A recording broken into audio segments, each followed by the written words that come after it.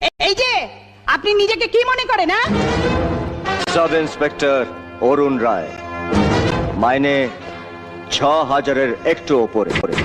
তোর মুখ থেকে থুতু ফেলছিস? ভালো যাস তো সরাইয়া, বলে এই মুখ থেকে রক্ত পড়বে কিন্তু। কি হলো, কানে কথা যাচ্ছে না? কথা কেন কানে যাবে না?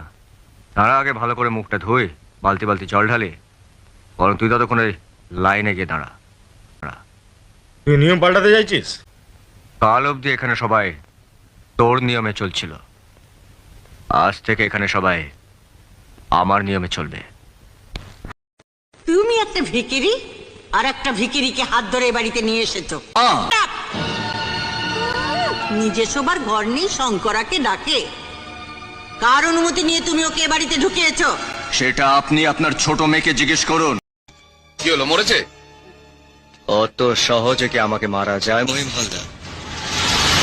আমাকে মারার আগে একবার নিজের কানে তোমার পোশাক কুত্তার আওয়াজটা তুমি শুনে নাও। হয়তো তোমার মাও সম্পূর্ণ তার ইচ্ছের বিরুদ্ধে বাধ্য হয়ে তোমাকে ত্যাগ করেছেন। বাধ্য হয়ে পৃথিবীতে মানুষ সব কাজ করতে পারে, কিন্তু নিজের সন্তানকে ছেড়ে যেতে পারে না। আপনি তো একজন মা, আপনি পারতেন আপনার সন্তানকে ছেড়ে চলে যেতে? পারতেন না। আপনার একদিন আমি জীবন বাঁচিয়েছিলাম বলে যে বিকাশ দত্তের ভাড়াটে গুন্ডারা আমার দিদিকে মারলো, সেই বিকাশ দত্তকে তো আপনারা গ্রেফতার করতে পারলেন না। আর সেই বিকাশ দত্তের ভাড়াটে গুন্ডারা উড়তে পড়া পুলিশের নাকে ডগায় ছাপ্পা ভর দিচ্ছে, ছাপ্পা। সুন্দর সুন্দর আইন আপনাদের। এমন কোন মায়ের লাল জন্মায়নি যে আমার এই ঘাড় ধরতে পারে। এবারে বলুন যে কেন আমাকে লকআপে ঢোকাতে চাইছেন? যদি মনে করি যে আমি সত্যি কোনো অন্যায় করেছি, তাহলে আমি নিজেই লকআপে ঢুকে যাব।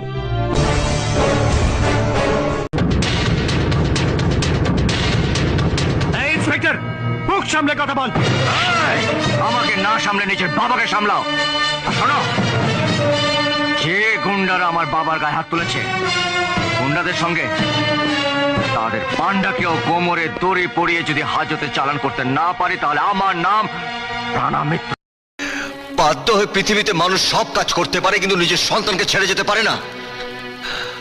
আপনি তো একজন মা, আপনি পারতেন আপনার সন্তানকে ছেড়ে চলে যেতে?